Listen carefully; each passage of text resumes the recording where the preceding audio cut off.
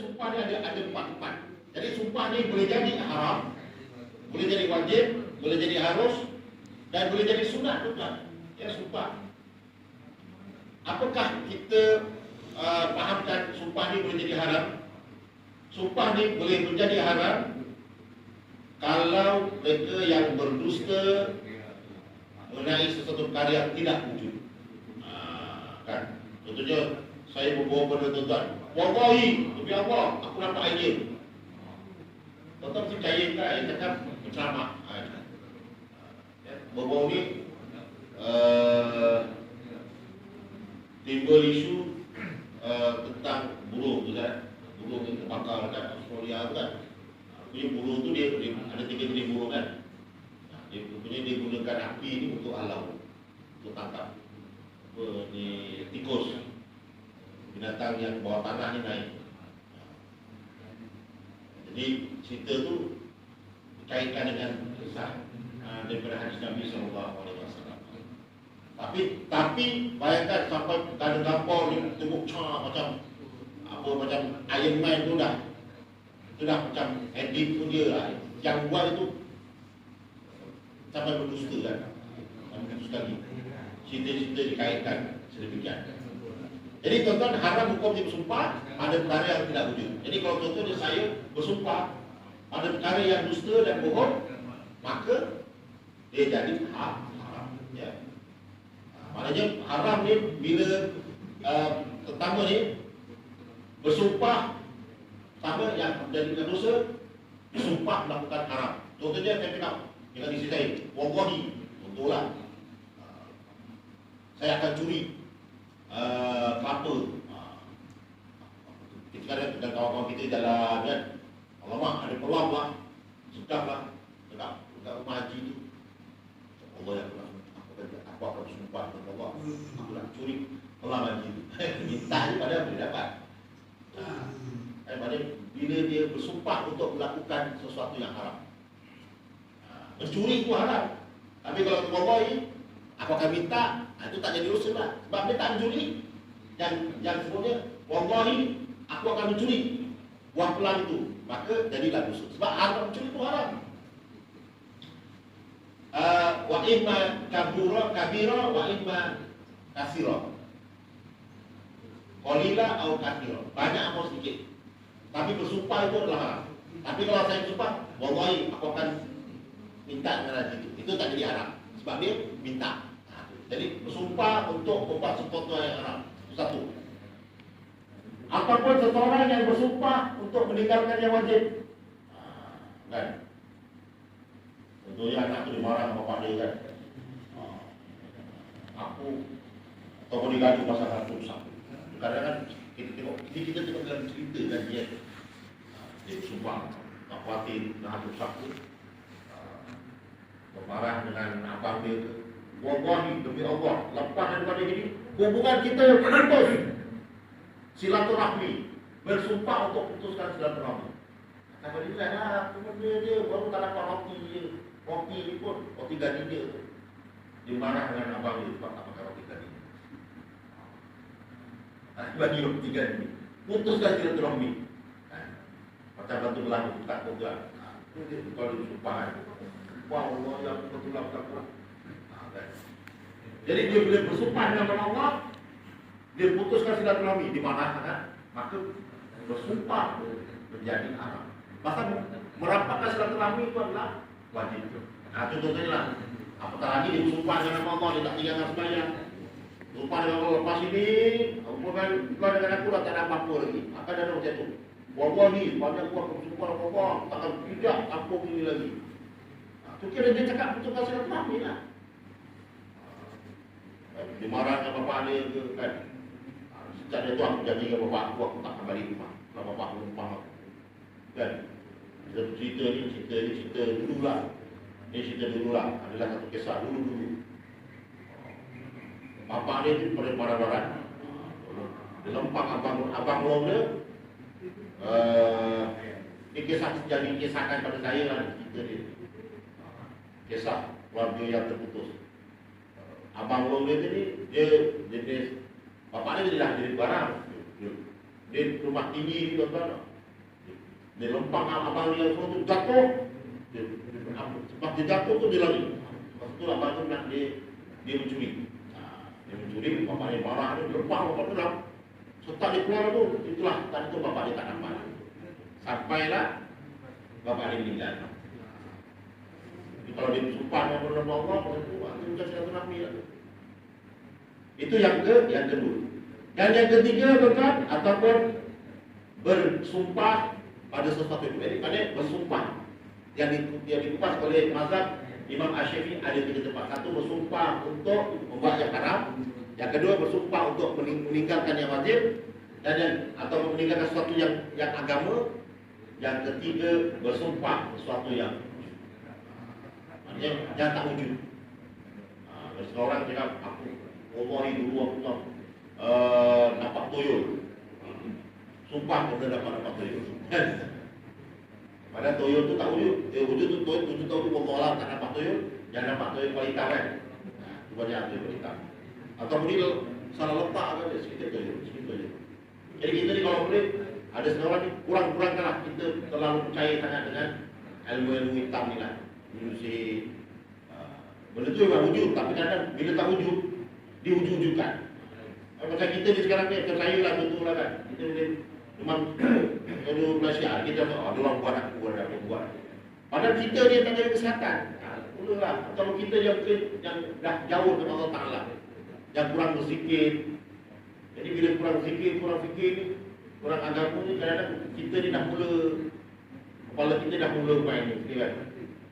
Kadang bila fikir banyak tak tidur kan. Ada seorang dah biasa pergi masjid, tiba-tiba tak nak pergi masjid pula. Jadi dia macam stres lah. Ada seorang macam tu. Jadi bila stres tak dapat pergi masjid, mula fikiran lain-lain. Jadi ada macam tu kan. Okay. Hatinya dah diuji untuk Allah Ta'ala kan. Jadi kita pertama kita yakin, insyaAllah tak ada apa-apa. Ini semua bukan sebab kita lebih kurang dekat dengan Allah Ta'ala. Kita kurang dekat dengan Allah Ta'ala. Tapi kalau yang di sini pun ada juga, memang betul-betul di sini ada juga yang memang sini pun ada juga kan. Jadi tuan-tuan, sama sikit ni. Yang kedua, bersumpah menjadi wajib. Wajib. Apabila tiada cara lain tuan-tuan, tadi itulah tiada cara lain. Jadi wajiblah. Dalam bersumpah akan menyatakan diri kita daripada dizalimi, menyatakan hak kita. Atau itu dah tak ada cara lain dah. Kan? Contohnya orang kerja pencuri, kita pula kita lalu tempat yang gelap sama. Wallahi saya ni tak tahu, saya tak ada apa-apa. Kan? Macam di kawasan dekat satu dekat Indonesia kan, satu artikel saya baca.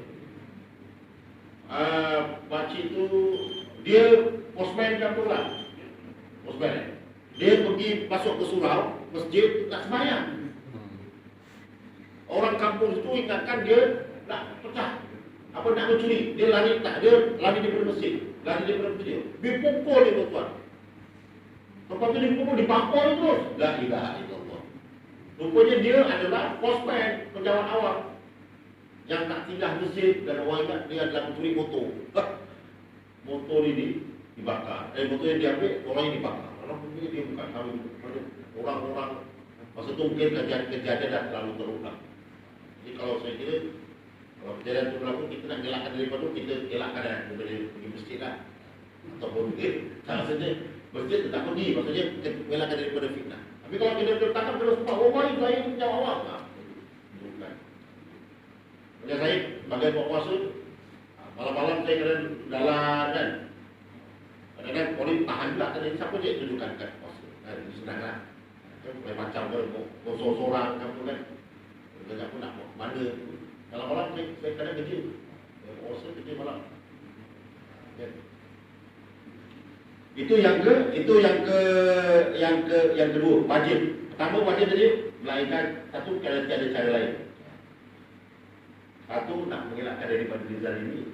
Yang kedua untuk menyatakan. Itu dia. Ada dalam bahasa Syafi'i meletakkan bukan. Bersumpah untuk mengelakkan daripada dizalimi. Yang kedua untuk menyatakan. Itu maksud yang dimaksudkan wajib dia bersumpah.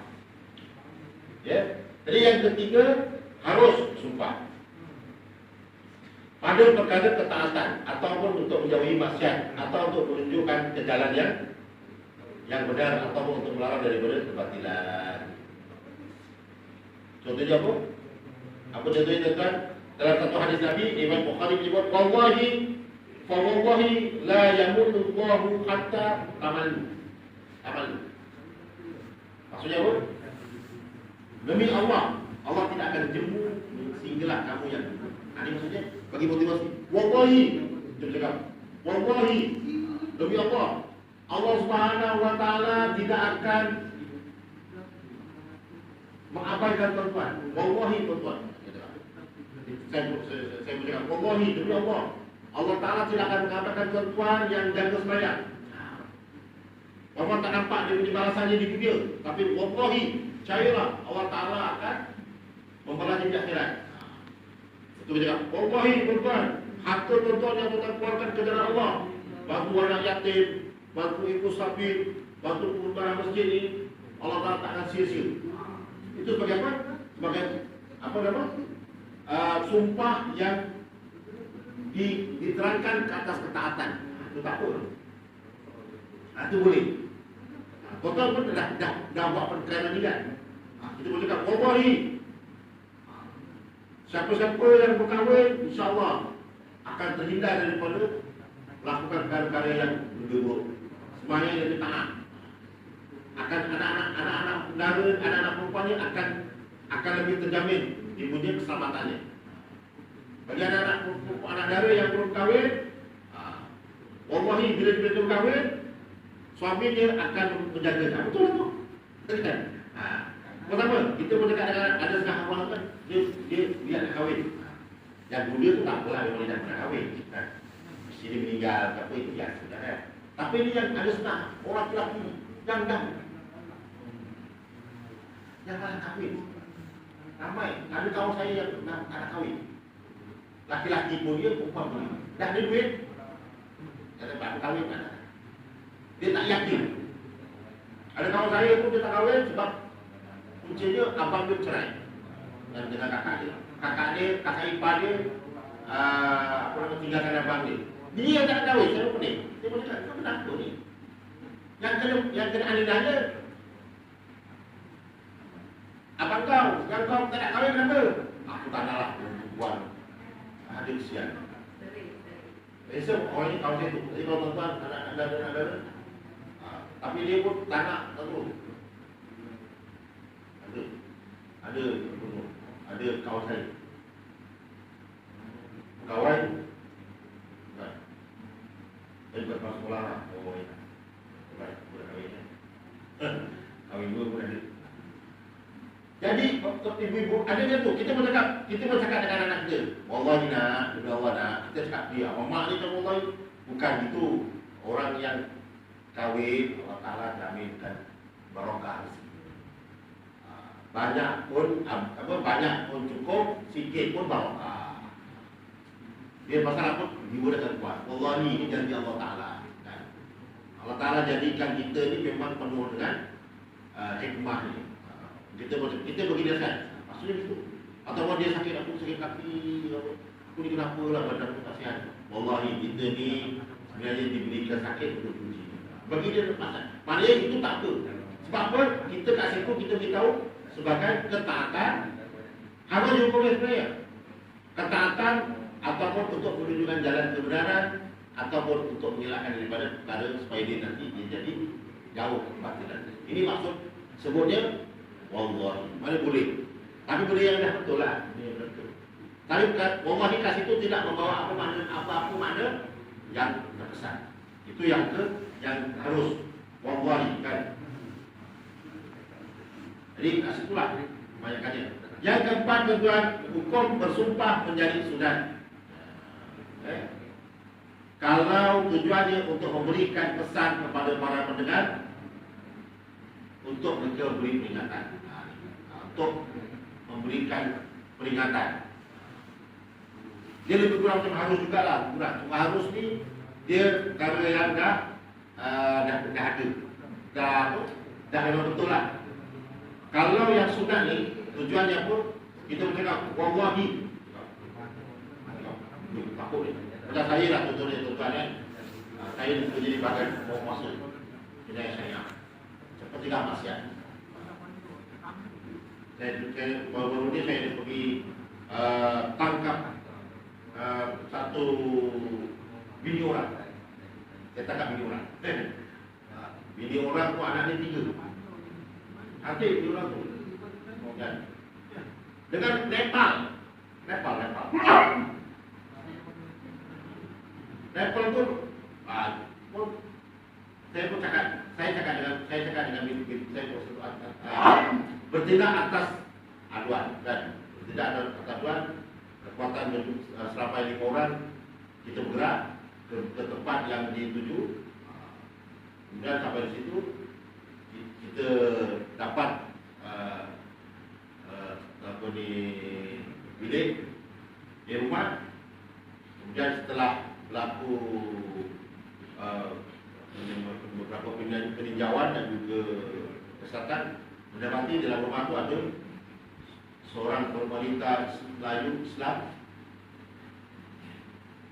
dengan anaknya tak ada, dan seorang lelaki Hindu Nepal ni Hindu kan, Buddha ke Hindu kan. Maksudnya Nepal ni dia macam India kan, Hindu kan. Karena Buddha pun ada dekat, dia pun dekat dengan China, dia pun dekat dengan India. Kalau dia kalau ada kali dia Buddha lah, Nepal ni dia pada Buddha Hindu. Yang penting dia bukan Islam lah tuan-tuan kan. Tak kira dia agama apa, perlu kita nak kaji agama dia apa. Yang penting dia mensyirikkan Allah SWT lah. Maksud penggeledahan dia dibuat, dia sembunyi bawah. Dia nak tipu bawah pasir. Dia pandai bukan. Tilamkan dalam spring kan. Jadi papa tu diambil, dia letakkan dia. Jadi penggeledah luar tu, dia letak tilam. Jadi penggolong atas tilam tu ada baju-baju yang belum dilipat. Ada aja. Jadi penggolong berapa? Tengok kat depan dalam bilik dia ada kasut lelaki, kasut but. Kasut lelaki. Kasut kami tanya. Perempuan yang tanya, betul dia dah perempuan, jadi perempuan yang tanya lah. Jadi nak kena daripada pindah, perempuan yang tanya. Berapa orang dia? Seorang. Ini kasut laki-laki ni besar. Dia boleh ngaku kasut dia. Masya Allah. Kasut dia, boleh ngaku kasut dia pula. Lepas tu kami perhati ada kasut dia, kita perhati. Tengok bilik air tak ada apa. Tengok tilam tu gerak. Saya tengok bawah dia akan pinjam. Kita pun bayangkan kodok tetap agak sikit. Yang agak lucu tu. Bila kita angkat tilam tu, padahal tak pun apa, dia media ni. Masya Allah. Nak menggambarkan apa? Maksudnya maksiat lah. Nepal tu pun dia Nepal smart lah. Nepal dia smart. Ya. Tapi video orang tu pun satu hal juga. Rupanya anak 3 isteri orang. Ada juga suami orang pun ada juga. Suami orang kan, dengan anak dara. Adanya dalam tempoh bikin adalah yang kami jumpa. Suami orang pun ada tuan. Suami orang tadi cerita orang kan. Kita suami orang pula. Dalam hotel dengan dia punya pekerja dia. Alasannya nak bincang masalah projek apa lah kan. Saya nak bincang projek ni baik. Jadi kami nak melihat ada di ketenangan dalam bilik hotel tu Pak. Memang betul dalam bilik hotel ada meja. Dia putar kertas tu. Nak tunjukkan dia kono-kono dia bincang kat situ dulu. Dia bawa kertas tu dia macam dia bawa projek apa benda kan. Tapi yang telefon tu bini lelaki tu. Dia ada share lokasi. Dia ada jalan lokasi share. Jadi kemana suami dia pergi, ini sekarang lebih senang tuan-tuan. Kita nak cek suami kita kemana, isteri kita kemana, cek dekat baik sejahtera kan. Naik hotel ni. Bilik spa ni. Ini lupa urut ni. Dan suami cek isteri spa. Pakai kedai bed. Asyik beli bed je. Dia minggat je isteri dia. Boleh cek ya, tuan-tuan mana isteri kita dan suami kita. Masa tu boleh kalau saya nak peringatkan dia. Kita macam wallahi cakap kakak dia Islam kan. Kakak dia suami orang. Wallahi bab abang suami orang. Bila abang melakukan zina, hukumannya tak sama dengan anak dara ataupun teruna. Maksudnya kita cakap peringatkan dia. Boleh kalau saya cakap sumpah. Sebab saya nak memperingatkan dia dengan hukuman dia atau balasan Allah Subhanahu Wa Taala. Kita wallahi bang, apa yang kita buat ni tak baik untuk agama Islam. Wallahi kita apa yang kita buat ni kemungkinan kalau Allah Taala muka dia kerana 18 orang satu kawasan kita kena balak Allah Subhanahu Wa Taala. Mana boleh kalau kita gunakan ni? Sebab apa? Sebab hukumnya adalah untuk memberi peringatan kepada para pendengar. Ataupun termasuk itulah untuk peringatan kepada dia sebab mereka untuk menerima nasihat ataupun peringatan. Ini bagi orang yang macam itulah. Dan kadang buat juga kadang-kadang kita cerita kan beli minum itu kan. Macam hari itu sebelum bikin itu ada yang tak tangkap beberapa orang yang minum itu. Kalau minum itu ni, kalau dalam enakmen jenayah syariah Nabi Johor, section 18, dia termasuklah yang berada dan juga beli. Berada pun tak boleh. Berada pun boleh dianggap sebagai haram. Pada dulu ada kisah seorang pakcik tu dia jual cincin. Kan dia jual cincin tu kan. Akik tu, betul-betul akik tu. Dia jual cincin kat depan kedai nombor. Tapi kerusi dia dalam nombor. Lepas tu pelaku perempuan, pakcik-pakcik tu pun dia katakan. Pakcik cakap, saya tak ada beli. Saya jual batu akik dia. Tak kira, dalam tu pun kena. Daripada dia cukup menjual, dalam tak untung. Masa dia ditahan tu, dengan batu-batu dia dibawakan. Saya takutnya pun kalau dalam batu tu dia jual batu. Dalam bokap tu pun dia jual batu. Nak menggambarkan.